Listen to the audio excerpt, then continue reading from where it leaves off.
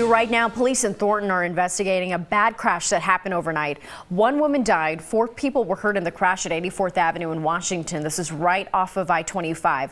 Thornton police say some of the people hurt have serious injuries, but they couldn't say how many. The intersection has since reopened. Also this morning, the search continues for someone who disappeared at Cherry Creek Reservoir on Saturday night.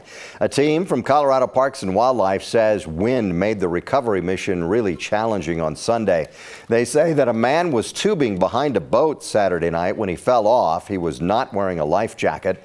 A sonar search didn't come up with anything. The reservoir was closed Sunday while South Metro Fire's dive team and a CPW marine recovery team searched the water.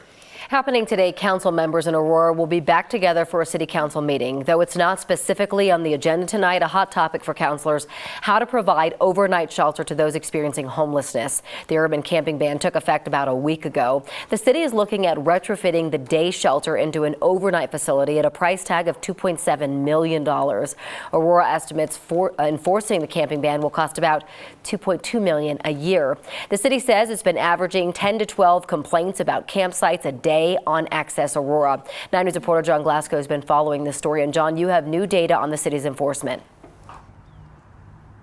Yeah, that's right there. The 72-hour notice that they have to give, they've given that to 8 encampments already in a little over a week since this ban took effect, and 1 encampment's already been moved. Now, this is all happening as the city is looking at a plan to try to come up with overnight shelter. They're considering a proposal right now that could cost about $5 million in the first year.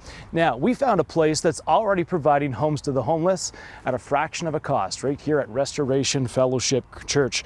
Now, they opened 36 of these shelter pallets to those experiencing homelessness. It's enough to accommodate 72 people. They're offering food, showers, and connection to resources. The shelter pallets are located on Restoration's property in an open space near the church. Pastor Kay Gilbert says that over the years, a large number of people were camping or parking their RVs in the lot, so the church decided to help them out with this safe parking initiative. Then the idea came up to provide the shelter instead, and they paid for this through city grants as well as money that they raised at the church. Pastor Kay says her husband Felix, who died last year, was homeless too at one time. It gives hope, and it gives a place where people can call home, and then we can connect with them and provide the wraparound services that maybe they just don't know where to go. You know, homelessness is always going to be with us, and it's something that we have to tackle. It's something that we can't ignore, and ignoring it just exacerbates the problem.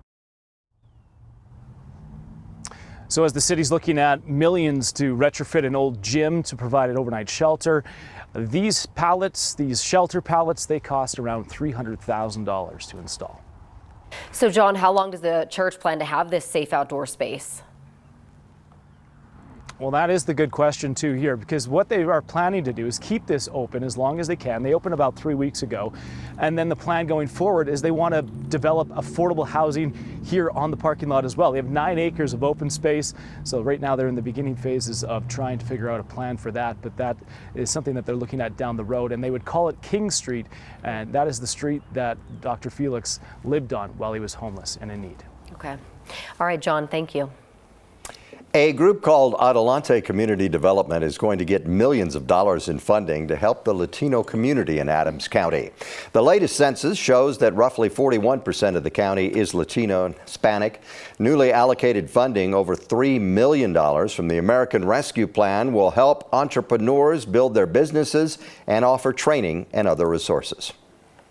And so this is absolutely a significant impact of creation of community wealth and power, but also it's time.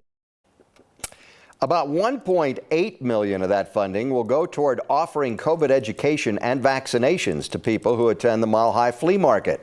Many Latinos haven't even gotten their first dose yet. The funding will also allow Adelante to hire more staff members. Senate Majority Leader Chuck Schumer says the Senate will vote on legislation to codify abortion rights into law on Wednesday, but Democrats don't have the votes to push it through. The vote comes in response to a draft Supreme Court opinion to overturn Roe v. Wade when it was leaked. Schumer isn't calling for a vote on the bill itself yet, instead a procedural motion to move forward with the bill. Schumer says he plans to file a motion for closure, which would call on all senators to vote on the issue. It would be one of the worst decisions that the Supreme Court has ever issued. It would mean that our children would have less rights than our parents. That is simply un-American. And we will vote on Wednesday, and every American will see how every senator stands. They can't duck it anymore.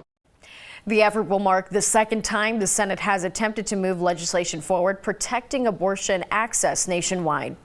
In February, the House passed the Women's Health Protection Act, but it failed in a 46-48 vote in the Senate. Those both for and against abortion continue to rally in cities across the United States. That included Washington, D.C., where abortion rights protesters stood outside the Supreme Court, and then across the street, protesters against abortion demonstrated as well. So what happens if the Supreme Court does in fact make the decision to overturn Roe v. Wade? Brandon Lewis from our National Verify team looks into how states can either protect or restrict abortions. For almost 50 years, Roe v. Wade guaranteed women in the U.S. the right to an abortion. Now, with the Supreme Court potentially poised to overturn the landmark ruling, some governors have announced plans to introduce new state abortion laws. So, let's verify. Can states pass their own abortion laws if Roe v. Wade is overturned? Our sources are the U.S. Constitution, the Supreme Court's opinion in Roe v. Wade, and Justice Samuel Alito's draft opinion for Dobbs v. Jackson Women's Health Organization. Before Roe v. Wade, each state could make their own abortion laws. In 1973, the Supreme Court ruled that abortions are nationally protected during the first trimester of pregnancy under the 14th Amendment, which protects a woman's right to privacy, and deferred to states for the second and third trimesters, with some health exceptions. Alito's draft opinion overturning Roe v. Wade argues the Constitution makes no reference to abortion and that the 14th Amendment doesn't apply. This would remove any constitutional protections for abortion. With no federal law regarding abortion and no stated protection from the Supreme Court, states would be free to do as they choose, either restricting or protecting access to abortions. So, yes, states can pass their own abortion laws if Roe v. Wade is overturned. Overturning Roe does not mean abortions are illegal everywhere. Instead, states could begin enforcing their existing abortion laws, and some are now passing new laws that would go into effect if the Supreme Court overturns Roe. New Jersey recently passed a law protecting access to abortions, while South Dakota's governor says she will call for a special legislative session to restrict access to abortions. South Dakota has a trigger law on the books that would ban most abortions if Roe v. Wade is overturned. The Kaiser Family Foundation predicts some of the new laws will prompt legal challenges that will end up in state Supreme Courts. The Family Research Council and Planned Parenthood are lobbying Congress to pass federal legislation that would either restrict or protect abortions nationwide. With your Verify, I'm Brandon Lewis.